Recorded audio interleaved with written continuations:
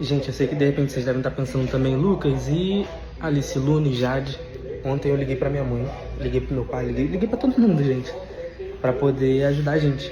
A Jade ficou aqui no hospital com a gente, como vocês viram, e a Alice e Luna estavam na escola. Meu pai foi lá buscar elas, levou elas pra brincar, levou elas na sorveteria, distraiu elas. Chegou em casa, ficaram lá brincando com elas e botaram elas pra dormir. Ficou meu pai e minha mãe com a Alice e Luna e ficou minha sogra com a Jade. Então a gente ficou no CT, a gente teve que ir pra casa.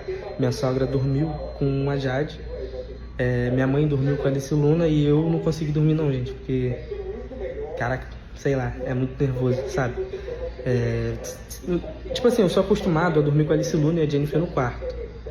Eu não durmo com a Jennifer, né? Porque a Alice Luna acorda toda hora, é muito chato ter que ficar levantando toda hora pro quarto pro quarto das meninas. Mas, cara, você entrar na tua casa pra dormir sem a tua esposa tá lá, sei lá, só Jesus.